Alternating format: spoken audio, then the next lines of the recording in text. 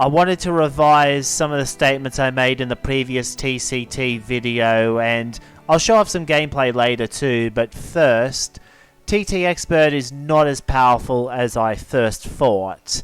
The key is the -1 in technical. This is more important than I thought. It's basically a 4th primary skill. Not on the level of flat and mountain, but definitely on the same level as downhill, I would think.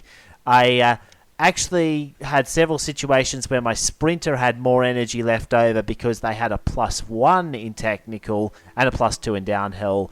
And in fact, the winner of both of the tours that I've played since the last video ended up being a climber level 12 that I've recreated here.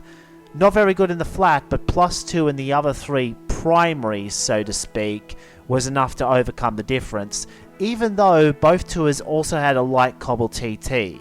Which brings me to point number 2. Time trial isn't that strong because your average time trial is done in about 4 turns, and that really isn't enough time to pull out a decisive margin. I won't go as far as to say that TT3 is perfectly balanced because you get the +9 attack points for a relatively minimal drawback compared to, say, a pure climber with a -1 flat.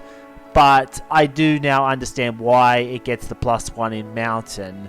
Now let's look at some gameplay. This is the race that concludes the tutorial because after demo update 5, a challenge was put forward to either win this race or at least beat Gerhard Seidel.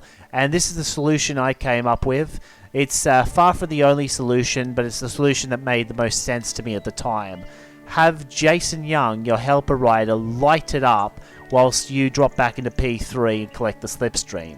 You do, however, want to allow a breakaway to go, at least for some portion of the race, because Gerhard Seidel is going to insist on being in that breakaway, and you want him to tire out so that he's less of a threat later.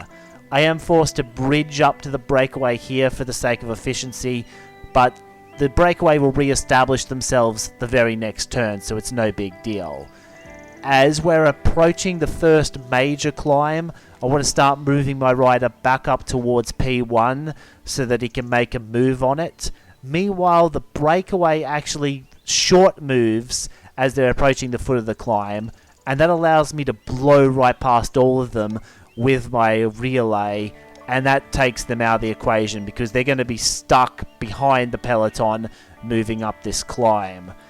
Meanwhile, Jason Young's work is done, and it's time for my rider to follow the move, a 4-man break leading into the final climb of the day. There's no point in anyone attacking on the descent because it's going to take 2 turns to get to the foot of the final climb anyway, and you'd always rather stop at the foot of the final climb to get those 3 movement points. And as we're approaching the finish line, I'm still dealing with some strong opposition in the form of Campbell and Weber. So what I decide to do is actually take the relay on the final turn so that I can momentum block the nodes ahead of me and force them to go around me in a sprint if necessary. Though as it turns out, neither of them even decided to follow my wheel, even though they could have in theory. I still would have won the race because Campbell would not have had the attack points to go around me, and Weber would have burned his extra attack point going around Campbell. But anyway, challenge complete in a time of 11.27 turns. Someone actually went faster than this. They won the race in 11.1 turns. I'm not sure how they did it because this was already a pretty fast race, but kudos to them for going even faster than I managed.